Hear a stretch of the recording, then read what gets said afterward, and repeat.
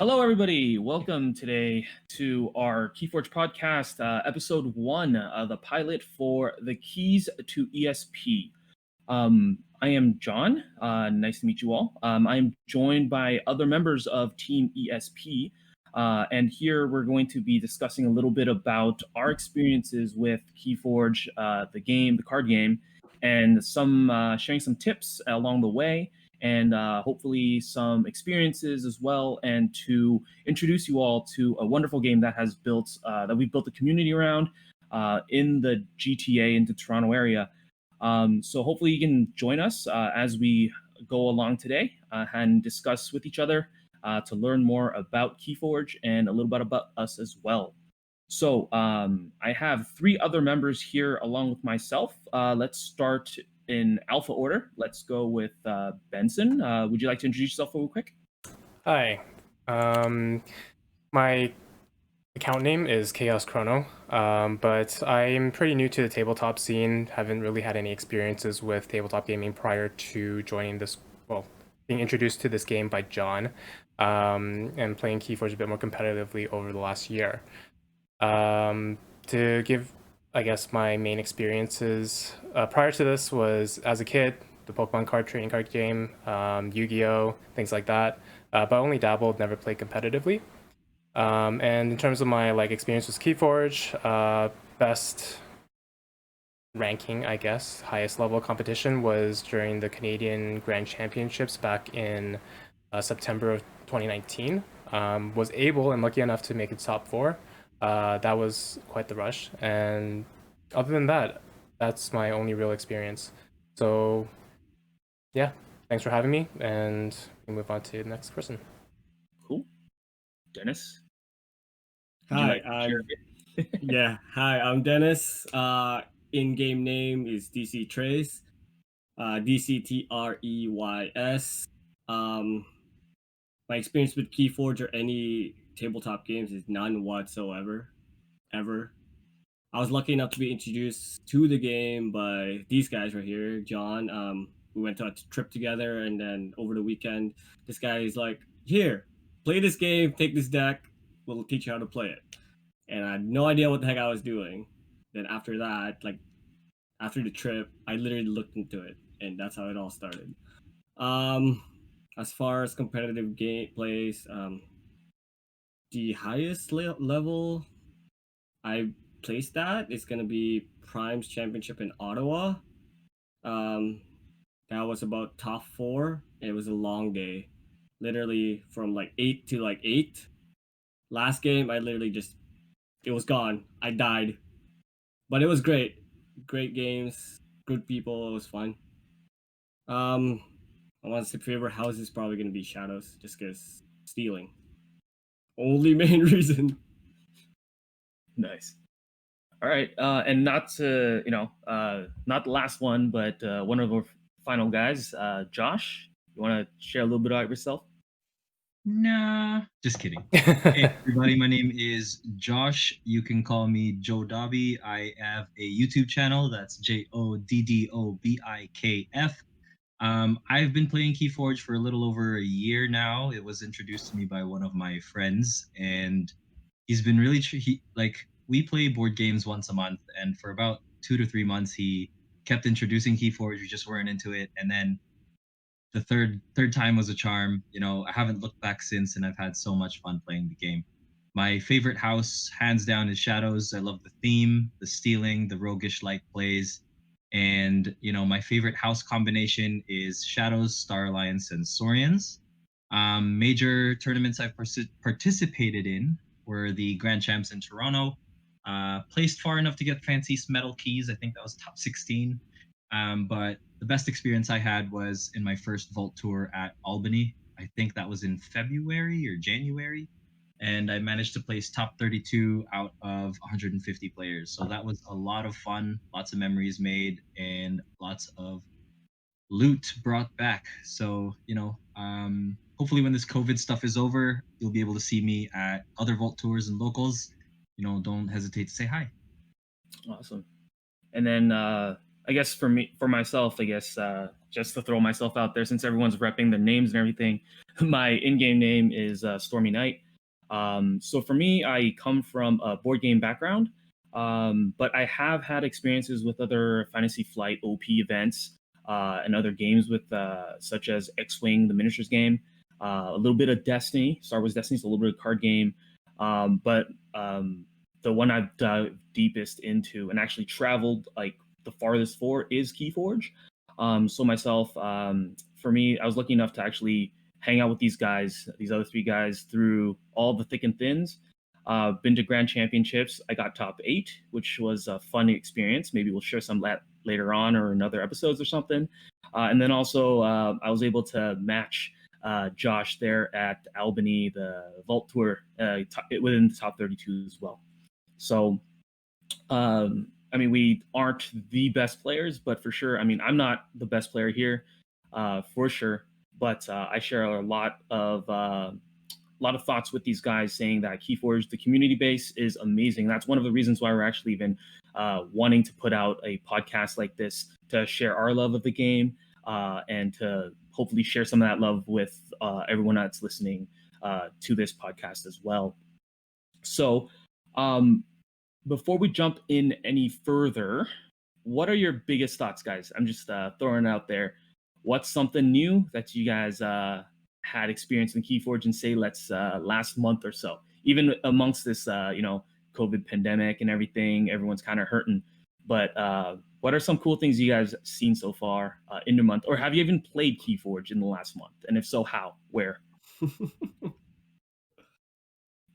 Let's go with Dennis. Where have you been playing? I know you do a lot of involvement with Keyforge. So where do you play? What have you been doing, man? So just general stuff about Keyforge. I open a lot of decks, not gonna lie. Just humble brag, but I recently got #1 ranking in decks of Keyforge with amount of decks owned.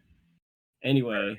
So decks of Keyforge, real quick, decks of Keyforge. For those who don't know what decks of Keyforge is, what is that? Since you're rank 1, you want to explain real quick what decks of Keyforge is? It's where people rate the amount of how good, quote unquote, how good decks are by giving them a numeric value. I'm not saying it's the end all be all ranking system of decks in Keyforge. It's more like a quick evaluation of how the deck should run. Once again, it's not the end all be all of how good decks are. Fair enough. I actually want to caveat that when Dennis did mention how good it is, he was putting up air quotes, straight up. Yes, I was. Anyway, yeah, so I open a lot of decks. As far as we've been playing, not gonna lie, lucky enough, I have these guys to be able to create our own little bubble, to be able to play once a week at least, either in person or online, just so that we can keep up with the game. Just because, like we said, we all love it. During this pandemic, it was really tough on all our locals because we don't play as much ever, actually. So lucky enough, we created this bubble to be able to just practice, play, still be in touch of the game. As far as something new, definitely from start of Call of the Archons to set 4, which is Mass Mutation, there's a big shift. Big shift. That's the biggest thing I've noticed in Keyforge. Awesome, man. Josh, you got anything in the last month with Keyforge, or have you even played any Keyforge? Yeah, I've played quite a bit of Keyforge with you guys, partly in person, part remotely. And yeah, to just second everything that Dennis has said, one of the great things about this game is that it is ever evolving, not just within the set as far as the number of unique decks that you could ever open in the same set, but also as the new sets start to release, we learn new cards, new mechanics, and I just love the fact that you can play sets again, you can pin sets against each other, and it should still be a lot of fun. I think that is what is super awesome and what I've been thinking about lately about Keyforge. Awesome. And Benson, you got anything? Yeah, since we've all been essentially playing each other during the last month, our main experiences are with each other. So yeah, just everything that they've said, and to add on is the beauty in finding new combos every single time you come across the game. So really, like, today or yesterday, just seeing posts on the Keyforge group on Facebook, right? Something that didn't cross my mind prior to that was if you had Pincerator, which deals damage to flank creatures on everybody's turn, and if you have a bunch of Brabbles. You play it down, takes 1 damage, and on the opponent's turn it dies. And so they are guaranteed to lose 3 amber with that Brabble. They're forced into it, essentially. So things like that like I didn't think about before. So I think that discovery, just between different plays, from cracking new decks, finding out what does this deck have to offer, all that is always feeling new and fresh with this game. So that's one of the most attractive parts of it, I think. But yeah, that's what's been going on. Yeah, so for myself, I mean, in terms of playing Keyforge, I haven't been playing a whole lot lately, but I have been keeping up with news and in terms of different, just news, I guess, in terms of the Reddit site or different Facebook groups, just seeing the community kind of talk about and harp up about different things they've experienced. So that's how I kind of keep in touch with the community without actually playing actual games.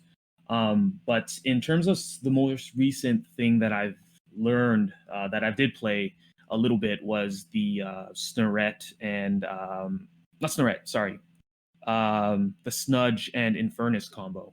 That was pretty cool. Like I didn't realize it. Like just to reiterate, right? Like I had this deck that had them both had Snudge and Infernus together, and I didn't really realize that combo that you can pull off with like playing like if you had a Snudge already down, you can basically Infernus twice, which is actually pretty trippy. And just little like things you find. I think these are little gems that you find in every deck, and it's kind of fun to actually just figure out the puzzle. And even old decks that you might have like sitting around, like I find out new things all the time whenever I do crack them open with these guys. So in terms of so I mean, as we can see so far, like Keyforge has a lot of different alleyways, and as we go on through these episodes, we're going to cover all sorts of topics and to introduce all sorts of different main ideas that we'll focus on each different episode. So for sure, come back, read the show notes, if anything, to figure out, what topic we'll be covering, but we'll have little snippets as we move on in these various podcasts that we're doing. So first off, or as we go on, let's see, as we wanted to cover a few topics with this initial episode, one of the biggest things is in this time frame, if you were someone to even start Keyforge, like what would we be doing? Like what would you need to do to say get into the game? This is one of our 2 topics we're going to be discussing today. So any of you guys have any thoughts on something, if you're a newcomer into the game currently, what should they do? Should they buy everything? Should they go for something called like a starter set? Should they get the sleeves? Should they get, FFG loves to spoil us with all these different packages and Archon decks and deluxe Archon decks. So like if someone was coming in, what should they do? Anyone want to jump in and give their first shot? I'll jump in. If you are a new player just getting into the game and you're unsure of what to get, start with the latest set, right? And if you're debating between getting just one loose deck or a starter kit, I would get a starter kit because it comes with the tokens and it comes with 2 decks. So not only will you be able to get 2 absolutely unique decks, but you'll be able to share the other one with a friend and you'll be able to find someone to play with while, there are restrictions on being able to visit your locals, for example. It's a good way to learn the card pool as well. It's a good way to get access to twice the amount of tokens that you would get. And you'll be able to enjoy the game for what it is. Ultimately, this game is supposed to be fun, and being able to just play it out really is just play it out. Just enjoy it for like whatever cards you get, play around with the interactions, and have fun. Yeah, so Josh, in terms of the starter kit though, what if someone like they see it on the shelf and I do know there are different starter kits, right? Like which one are you recommending? I've been saying it's like the 2-player starter kit, right? Yes, yeah, sorry, to be specific, because I know there's a deluxe deck that comes for, it's like a 1-player kit. So I would get the 2-player starter kit. Doesn't matter which set. I would get Mass Mutation, which is the latest set. Yeah, for sure. Awesome. Yeah, I mean, in terms of starter kits, I think those are a great way to go in. It gives you all the pieces. I think the Worlds Collide, they also had this premium deluxe box thing that they were touting. I actually think you should not be going for that. Just make sure you don't get that because it doesn't come with necessarily everything to get started. But it's something good to get once you get a couple decks in, I think, at least. Right. That's the premium box that Worlds Collide introduced. So, and that's the third set, I believe. Yeah, I agree with that. Yeah, I mean, there's so many different components and things that you want to get, right? I mean, in terms of aside from that, is there anything else they should get? Sleeves? Should they get tokens? Like, there's all these other things on like Etsy, all these like third-party producers. You know, like what are some other if anything that people should get aside from that starter kit? As somebody with incredibly sweaty hands, definitely get sleeves. You don't want to destroy your own deck just from a little bit of gameplay. Cool. Yeah, I mean, the card quality isn't terrible, but it's nice to always, you know, if you do find something really nice or a deck you maybe open up, maybe it's the first deck you're opening. I mean, when I played it, I sleeved it even though it was my first deck. When I started it, because it was just something for nostalgia purposes. It's kind of like your first foray. If you do actually enjoy the game, it's kind of nice to have that one deck. Be like, yeah, this was the deck I have. I still have it, and it's just something to protect it. I mean, the card quality is not terrible. It's not like if you don't sleeve it the first game, it's gonna get destroyed or anything. But I think getting sleeves is a good thing. You don't have to. It doesn't have to necessarily be the expensive stuff at all. Some penny sleeves might work as well, just to protect things. Yep. Yeah, and if I can just add on to that, Keyforge is a unique deck game, so you really don't want to lose a card or damage a card where to the point of no return. So sleeve your decks for cheap, and most of these sleeves will usually last you quite a bit, and you'll be able to protect your deck. Mm-hmm. To add on to what all these guys have been covered, anything to add on to it, like let's say premium sleeves or like metal tokens, stuff like that, those are not super necessary. Starting out with Keyforge being the first tabletop game I played, I got through with like minimum sleeves. Pretty sure John gave me my first set of sleeves ever, and it was fine. I had like the cardboard tokens. Sometimes I even made my own. It was enough. What I'm trying to say is just that it's not super necessary. But as I got onto the game, I obviously wanted more premium stuff. So that's when I started hunting for those type of things. And if you're just starting out, you don't need to spend a lot of money. That's the beauty of Keyforge. Get one deck, you're in the game. That's all you needed, really. Yeah, that's true. That's true. Yeah. Because even I mean, the starter deck is good. The starter set is good. You get 2 decks and a bunch and the necessary tokens and stuff. But even then, if you don't do that, you could technically just buy a deck, as Dennis said, and then for all the other tokens and even the rule book, you can get off the internet, right? So if you're trying to play Keyforge on a budget, literally just spend the $10-15. Just get a deck, right? And then all the other tokens, you can proxy them with your buddies at a home playing casual. Any of that stuff, just scraps of paper and stuff like that. Even then, like I've done that actually before, where it's like, hey, I'm trying to teach somebody and I didn't have my tokens with me. I pulled out like business cards and I was like, I'm gonna forge business cards, right? And just like a bunch of coins, just all these like dimes or damage or whatever, and you just use that. I think it's a great way to play Keyforge on a budget. I think that's one of the beauties of this game. Yeah, you can definitely get anybody into it. On that note, I'll just share my first set of keys were TDC Metro passes with varying colors. It was great. I remember those. Those are like they're all like shiny and stuff, or they had the little metal barcode in the middle. Yeah, it was like reflective, and when he flips it over, like, oh my gosh, so pretty. Yep. And just to put it out there, there's actually I would say it depends on what level you want to get yourself involved with for Keyforge. So at the start, definitely everything everybody else has said so far is exactly right. Afterwards, then it's a matter of how competitive do you want to get into the game. Or if you know yourself, if you know you're the type to become very competitive, or you know that, oh, you just want to keep it casual, or you love certain aspects of the game, there are other opportunities that you could capitalize on given the state of how things are these days. So one example I would give, because recently I did make a sale. So yeah, potentially shameless plug here, but essentially I did find 2 new players, and all they wanted to get was a broad experience of the game. So to get into the game, if know how the first 3 sets worked, on top of mass mutation being the fourth. So I offered, like, because people like me or Dennis and anybody who's bought a lot of decks, we have a lot of decks sitting around. They're not the super competitive decks, but they will give you a preview of how different sets and different combinations work in different sets that have been released.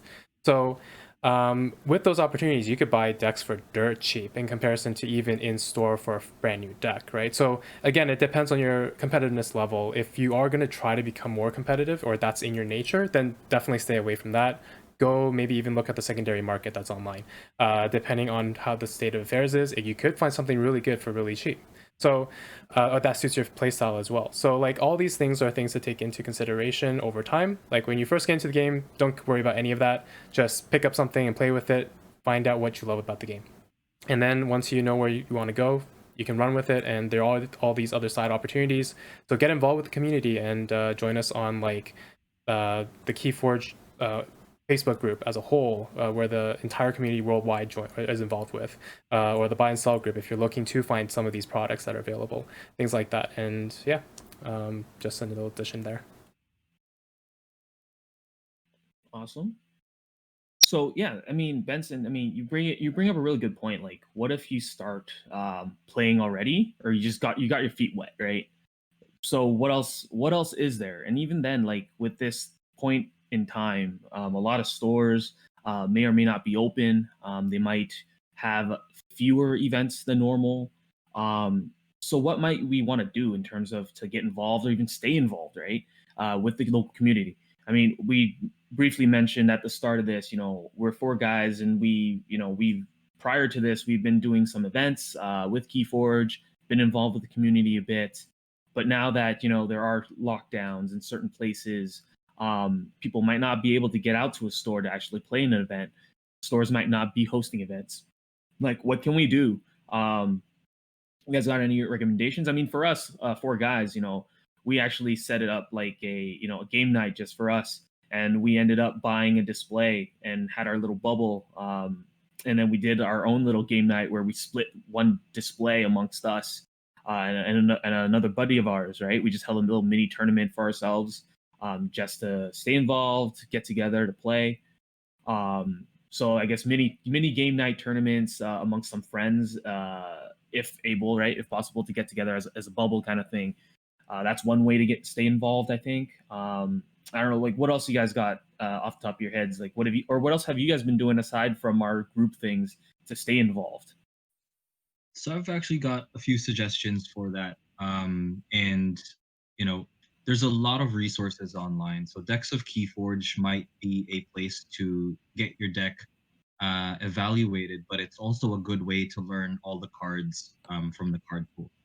So if you're someone who just likes to look at pretty things like cards, gaming cards, then Decks of Keyforge is the way to go. You can use that website to learn the card pool if you don't want to buy decks from the previous sets, right? Another thing that you can do is you can get on the Crucible Online, or TCO. It's a place where you can play online with Keyforge players from around the world. And the community is generally very friendly. And very nice. So you really don't need to hesitate and ask questions in the middle of the game in order to learn. I know that some new players might be really, really into it. They try to get everyone they know into it, but everyone's going to have different interest levels. So this TCO is a good way to to maintain active play despite the current situation right now, like the whole pandemic. Um, that said, join the Keyforge Facebook group. That's where all the news resources come out. Things update every day. So yeah, join and don't hesitate. That's all I gotta say. Awesome. Yeah, I mean, there's another thing too. I mean, I feel like getting involved, just getting out there to figure out resources is a great way to understand the game. There's is the first step. You can definitely go to FFG and read up the rules. There are some facts, there are some changes in that, but as well, when you're online, I think without playing, just reading up things. For me, it's Reddit, keeping up with that. Under Keyforge, subreddit Keyforge game, a lot of people post rules questions and community there. I think that's the global kind of community is there present.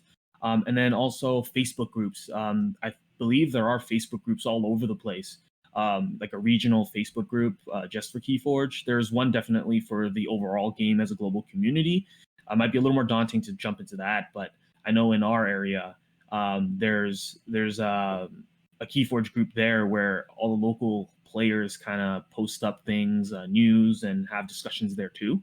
I think being able to connect at the local level is a great idea. So being able to join those communities, I think, keeps at least keeps me involved and to learn about new things as well.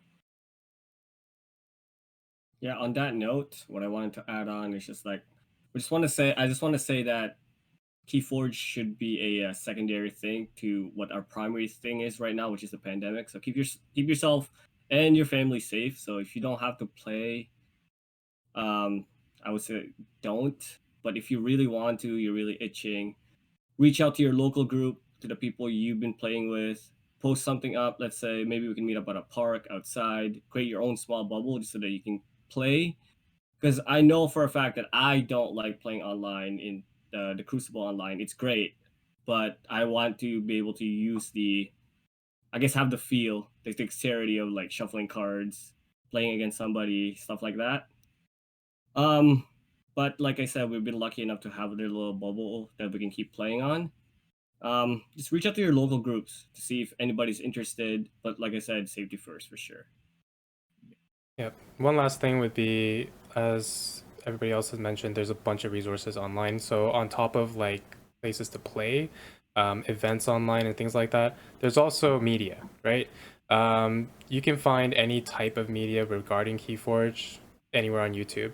If opening decks is your thing and that you love the discovery aspect of that, there's a bunch of different YouTubers that are doing that right now. Joe Dobby here, Josh here is doing just that. If you want gameplay videos, you can get that and see like, how different sets have played in a more competitive level if you want to learn about that. All of those various videos, even discussions on play tactics and things like that, if you really want to dive deep, you can find that as well. And it's another great way to interact with the game itself and just get deeper into it. Mm-hmm. Yeah, I mean, in terms of that's a great point. In terms of media, you mentioned too, Benson. I think that, I mean, if you're, a lot of people I've seen online, just in the communities, people are saying like Keyforge is dead in their area, like they're unable to, get out to a store. There are some, it's pretty difficult, but at the same time, I think with media, you can definitely hit up your friends if you guys got a webcam, like straight up, man, just point that webcam down onto the table, and you can do Google Meets or something and be able to actually play a game through like a Google call or a Zoom call or something. I've tried that a couple of times. It's actually pretty fun. Like, you might have a couple more questions, be like, hey, what's that card again? But as long as you can still be able to play the game and you still get that card feel, right? That Dennis was mentioning, without having to click some buttons or something. I think that's a great. I think it's like a not. It might be a band-aid in this current situation, but it still gives you that feel of actually shuffling a deck, being able to actually play some cards out, and to keep move some tokens around, and you get those occasional like, oh shoot, I forgot something, right? But that's the feel you get when you play in actual person. I think that's the beauty of the games, right? Being able to just communicate through a medium. I think through webcam games, a little bit more effort, but I think you get a bit more of that feel as well. Mm-hmm. Yeah. I mean, all right. So, I mean, yeah, we figured out how we briefly mentioned how we're gonna like keep ourselves involved, but if you wanted to maybe grab a buddy or something, like aside from calling them up and setting up some games, is there any other like things you think you can use to get other people involved at this point in time? Even though like it's hard to build a community with this current pandemic and to play the game, is there any other ways to like get people involved? I know that Josh, you run a community before this whole pandemic thing. You're kind of like the head of one of those little communities up here in the GTA Toronto area. So like, how about now? What have you been doing anything special in terms of reaching out to your members and stuff? Yeah, that's a good question. So, you know, I've been focused on really trying to deliver content to Keyforge players, and hopefully that trickles down to my little community. I know that we're still playing, just not with each other as far as Keyforge because we can't actually go to the locals. But one of the things that I like to do is form a group, like a chat group, maybe on WhatsApp or on Discord, in order to kind of keep everyone's spirits up, keep sharing content with regards to the game, information, funny interactions. Keyforge is a very great game in a sense that each game will tell a story. There's going to be very unique interactions that sometimes are really funny, sometimes they're really cheese. And having that little group to share it with will ensure that you guys keep bleeding ember. That love of the game stays there and it stays fun. Okay.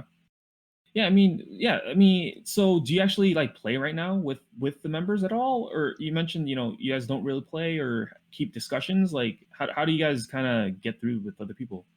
Yeah, so I work closely with the store manager of where I play, and he usually pitches Keyforge to anyone looking for a new board game or card game. And then I always kind of offer myself up for whenever someone would like to learn the game, obviously socially distant, but I'm always willing to teach. As far as my actual established community, we haven't played the game in person. Remotely, sure, yeah, through TCO. Once again, the Crucible Online is a great place to play. But usually it's more so just checking in with the members, asking them if they've played, and for the most part, they have their own bubble, and by Mm. now they must have at least a few decks to share the game with other people, and that's what's been happening so far. So it's pretty good. Okay. Your community there has been establishing their own little bubbles as well then, huh? Yes, exactly, exactly. Okay. So kind of like what we've been doing with at least with our group of guys. There's Yeah, other people popping up doing their own thing as well. yeah, and it's all about maintaining that hype, right? Because there is a new set already announced for February, and it'd be nice to keep playing to stay interested until that launch. And this new set, Mass Mutation, is a great place to start for you guys. I started with Age of Ascension, and the community has said a lot of things about Age of Ascension, but I personally really like the set because that's where I started. But you guys are extremely lucky because if you are starting with Mass Mutation, you get basically very up to date interactions with regards to warding, purging, all that stuff. So you're up to date with all the interactions and how the game should play. So yeah. Okay. Yeah, I mean, it sounds like we've explored so many different ways to like stay involved and such. But for sure, being able to play the game, I think, is the whole point of Keyforge, right? Just being able to actually, forge keys and be able to, play the game. I think everyone's brought up, multiple options to how to play the game. But I mean, if you're able to actually get to a store, I think, for sure, make sure as Dennis mentioned, make sure you stay safe. But if you are comfortable going into a store, if a store is holding an event, I think there are for sure follow the store's guidance in terms of how to social distance, make sure you sit proper tables, etc. But I think I mean, I haven't played in store at all really. Have you guys played at any stores like an actual location recently at all? Not at all. Nope. Not. No. Josh, you also play at another store. I know that you play there. Has you mentioned that you work with the manager there? Were you able to play at the store at all? Like No, one. still waiting on the opportunity. Luckily, Ontario, like where we are, is putting very strict measures as far as COVID's concerned, but it's a little unlucky for us card game players that just want to hit up a local and run some games, Mhm. right? So the short answer is no, but the long answer is eventually, I guess. Yeah, I mean, I've been reaching out to a couple people in the stateside that have been playing at stores. They luckily for them, they've opened up. A couple states were able to open up and have events. But I think a lot of the times they did mention, make sure you follow the guidance from the stores, and use your own tokens, right, kind of thing. And the etiquette I think right now is to like don't touch other people's amber and stuff like that. So when you do capture or something, you just kind of like tell them, hey, remove it off of their pool, but you use your own tokens and put it on your own creatures and stuff like that. Um, I mean, I think when you're interacting with other people and then giving like a fist bump or an elbow bump or something instead of handshakes, I think that's a pretty big thing. But stay safe out there, guys. I think being able to follow other players in the community. I mean, I'm for sure everyone's super friendly, and when you do meet them in store, I'm pretty sure if you just tell them, "Hey, like I'm new to this. How do you do this?" Everyone's more than happy to show you the ropes.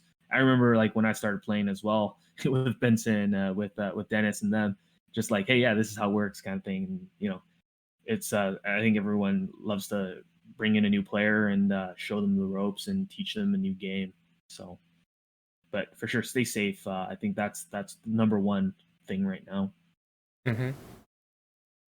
Yeah, so have you guys so I mean, for me, I haven't really been playing a whole lot recently as mentioned, but since you guys have been playing a lot more, um any interesting kind of new things that you guys done in terms of the game?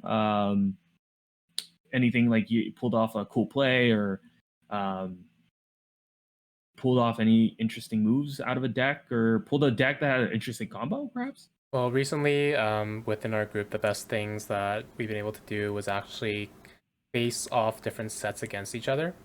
Because over the past while, or in the past, when things were still active, we stayed within any given set, right? Sealed events, Archon events, they would all be surrounding a specific set. And with the introduction of Set 4 during the pandemic, well, we figured, hey, what if we competed intra set decks, right? So DC Trays has a series of no, Joe Dobby has a series of videos with DC Trays and I playing, and we represented different sets within those games just to see how the interactions will work. Back in Coda, when there was no such thing as warding and all those other parts of the game now, how do they compare? How do they stack up against each other? And we try to choose decks that had similar strength values, again, basing it off an imperfect system like decks of Keyforge, but still it's one of the best or that we have so far right now in terms of having something that's uniformly measuring the overall strength profiles. So yeah, like that, those interactions were pretty interesting, and just getting a feel for how sets compete against each other, how their meta stack up against each other, that kind of sort of thing. But even to this day, in terms of like top plays or most memorable plays, there's one I will never forget, and luckily, even though it's the same one in two different situations, one of them was actually recorded. The other was in more of a private store situation. Yeah, Dennis knows exactly what I'm talking about. But this play will forever be in my dreams every time I think about the good days of Keyforge. Not that there's any really bad days other than when you lose, because who really likes losing? But Wait, is it the library access it's turn? the library access turn. Yes, I knew it. So yeah, just to share it, again, one of the best memories. So the first time it happened was actually in a small store. What happened was library access turn, I'm behind, right? Like that deck isn't the strongest deck by any means, but it has this combo. So I go for a setup turn. It's within logos. I have 3 3 cards that are logos, one of which is the library access. So this is really like a Hail Mary kind of play. I'm like, oh, okay, let's see what I get. So I play, and one of them is Wall Wormhole. So you play library access, you draw a card for every subsequent card that you play. Did that, I played a logos card, draw a card. Nothing useful. I'm like, okay, well, the next card I'm playing is Wall Wormhole. Play it, get the amber, draw a card, and then play the top card, and then you would draw a card again. The top card that I ended up playing was Mimicry. One of the best cards in the game, period, I think, just because it gives you so many options, and especially if it's like later in the game, which in this situation it was. So Mimicry, and I was playing against a deck that had Dis, and one of the common cards was Arise. So the turn before, the guy had just wiped my board of all my Logos creatures. So hey, perfect. I'll Arise all my Logos creatures and continue my library access turn.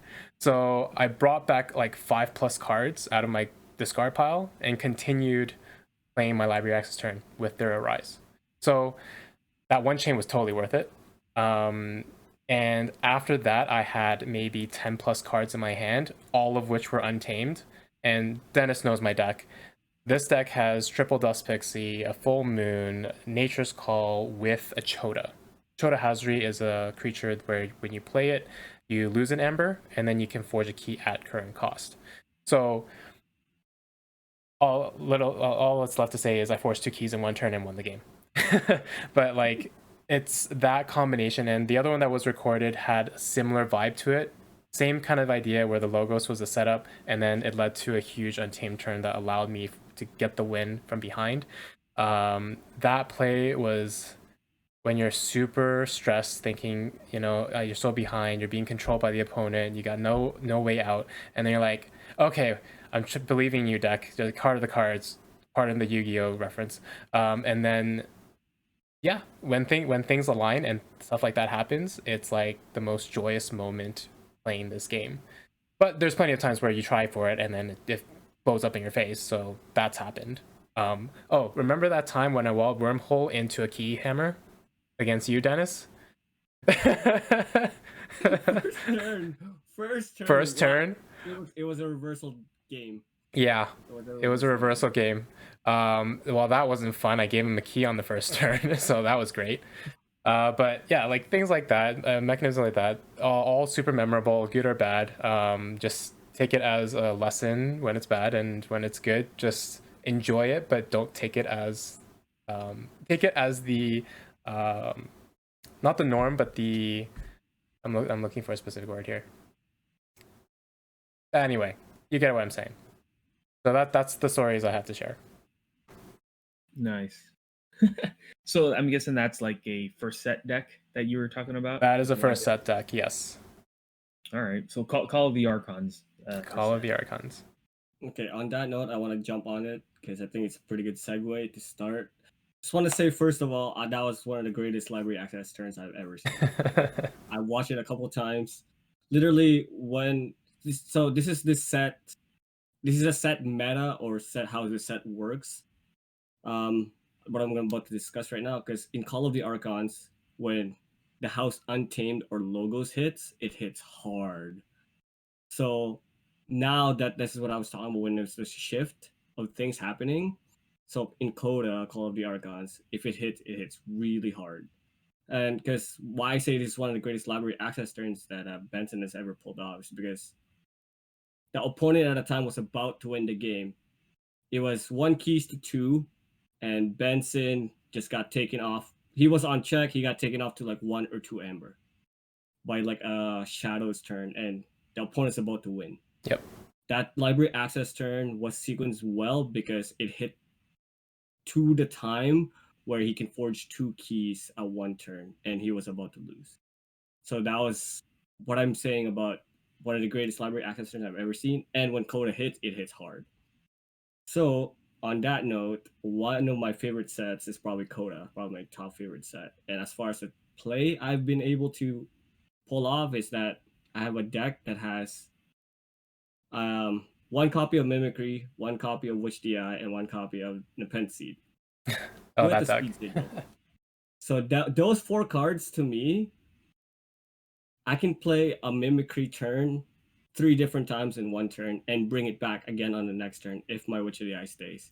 So point is, I had Speed Sigil out, I have an Untamed turn, and I have Witch of the Eye and Mimicry in my hand while Nepenthe is on the board. So one of our practice games, I said, as Benson already mentioned, said Mimicry gives you a lot of options, and I mean a lot of options. So I have my Untamed hand. I play down Mimicry, copy one card. I don't remember what it was.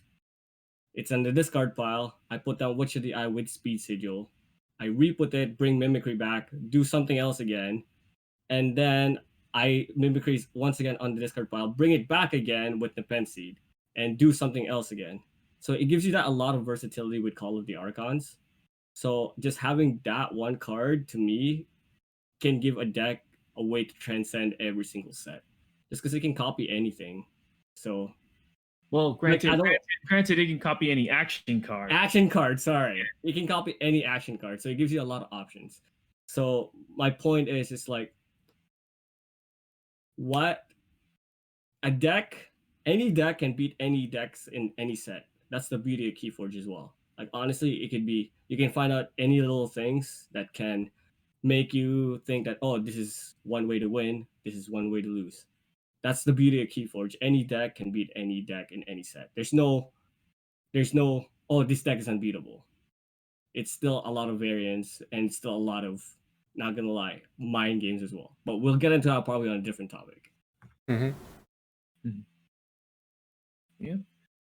I mean, for me, it's a similar thing with, but not Mimicry, but with third set, The Worlds Collide. OB? Man, well, yeah. I mean, OB is a deck that I have. It's pretty cool. But I think one of the cool ways I think is another deck I had. It has Mimic Gel and a Brand Fanatic, and then also with Spike Trap. Nice. So Friend the Fanatic, you know, what he allows you to do is basically when you play it, you give an amber to the opponent, but when he dies, and he's skirmish, so you can't kill him on your own generally. And then when he dies, though, you steal 3, right? And then Spike Trap is this artifact that you can play, and then you can sacrifice it on a future turn and deal 3 damage to all flank creatures on the opponent and your own side. And then Mimic Gel is a creature that just copies any creature on the board, right? It could be your opponent's, it could be your own. And being able to have a Brand on your Brand on one end, play the Logos turn and put Mimic Gel on the other end of your flank, calling a Brand, like you give them the extra amber, and then sacrificing the Spike Trap, and you take everything back from them. Either take them off a key or you get yourself up, with enough amber to call check. It's pretty fun. And that deck, it's fun. It has a lot of things going on, and with instead of copying action cards, being able to copy creatures, that Mimic Gel goes a long way. It opens up a lot of possibilities as well. Yep, that is a great combo. All great combos, guys. Okay, so I guess I'm up. If anyone knows how I play Keyforge, it's that I love house cheating and being able to use multiple houses in the same turn. So a really cool interaction that I had was actually with the latest set, Mass Mutation. So if you start with Mass Mutation, you will see 2 cards that are part of the Sins setup. One of them is Envy, which when it reaps, it captures all of your opponent's ember. And the other one is Gluttony, which has a play effect that you exalt Gluttony for each sin that's present. So exalting means you add an ember on it. But when it reaps, it allows you to transfer all ember from all of your creatures into your pool. So this interaction, I had both Gluttony and Envy out. With Exchange Officer, an Exchange Officer, when it's played, when it fights, or when it reaps, you can use a Star Alliance card. So that was in Shadows. And I had a Chief Teleporter Tink, and that is a 2-power elusive creature, if I'm not mistaken, and its effect is You may trade places. You may switch positions with another card in the battle line. You may use that creature. So this deck has 9 bonus capture Amber, and I had a board set up. So basically, I had a bunch of Amber on my board.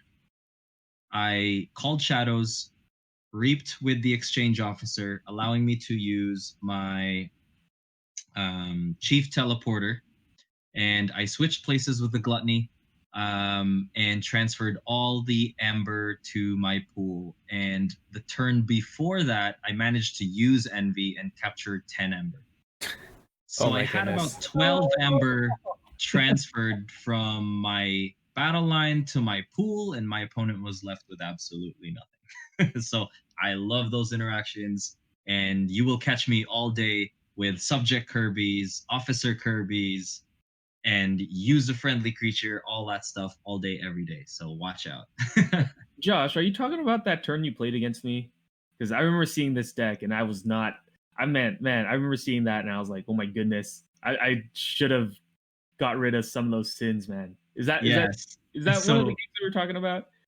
it actually, there were 2 games where I did that. One was with you, and the other one was with DC Trays. So I managed to transfer at least 8 Amber from both those games onto my pool, and it was amazing. Yeah, I remember seeing that and I was like, oh man, that was such a bad idea to not get rid of some of those pieces. Yeah, Like, there are definitely yeah, I know it's too totally late. totally. Yeah, I remember that. I remember that deck, man. That's a sweet deck. Oh man.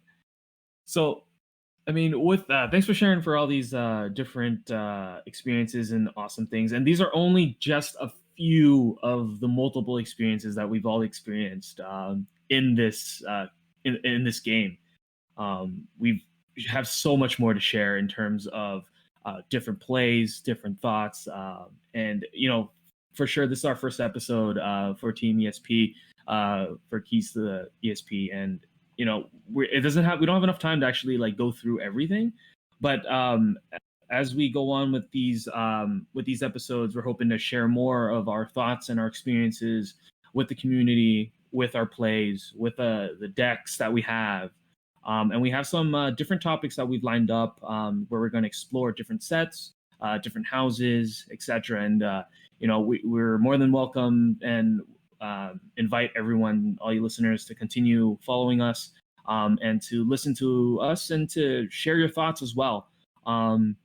We're gonna have a bit more ways for you guys to connect with us in the future. But for sure, keep posted, and when we come back on in our next episode, we'll be able to share more about this awesome game of Keyforge and our different experiences. You guys got anything else to say? You guys, before we sign off? Anyone? I'll chime in. Okay, so if you're new to the game, do not hesitate to find the online resources. It's the best way to start playing, especially if you haven't introduced it to anyone else, or if you have no one to kind of play with at the time. Get on the Crucible online, get on decks of Keyforge. You can appreciate the art of the cards on decks of Keyforge if that's what you're into, because I really enjoy looking at the art as well. So yeah, man. And when things open up, it's just gonna be a lot of fun. So enjoy. All right. Anybody else got a couple last words? All right. If I could give a tip, if I could give one tip in this episode, the only thing I'm gonna give is just play. Honestly, don't worry about the wins, losses, how the game works. If you play, the community is great. When we're able to play, don't hesitate to be like, oh, how does this card work? Does this card work this way? Don't hesitate to ask, because at least in my experience, there's a lot of people who didn't know how things work. They forget triggers, stuff like that. Just play. Everybody is gonna be great. Everybody, of course, there's gonna be those one odd person or like people that are like, oh, I'm not gonna let you take back a move, etc., all that little things that you have to worry about. But honestly, just play. Learn the cards, learn how things work. Everybody's most of the time is friendly, and that's one way to literally learn the game.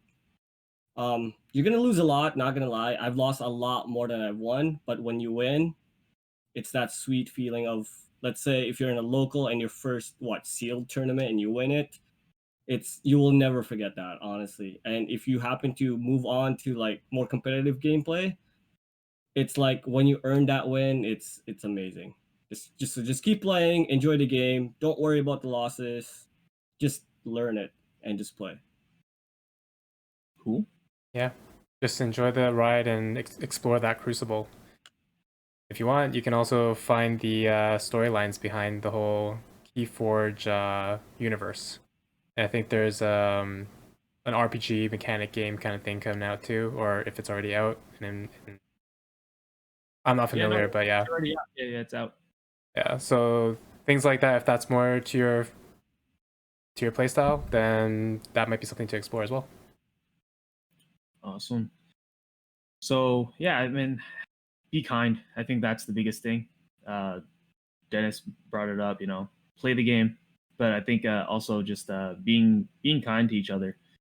It goes a long way, and I think it's just sharing the love of the game. I think that's a great thing. So until our next episode, I've been John, aka Stormy Knight. Ben, aka Chaos Kono. Dennis, aka DC Trace. Josh, also known as Joe Dobby. All right, and that's us. Thank you for listening, and until we see you guys again, this is Keys to ESP. We'll see you soon. Happy fortune, everybody. Cheers. Ha ha ha.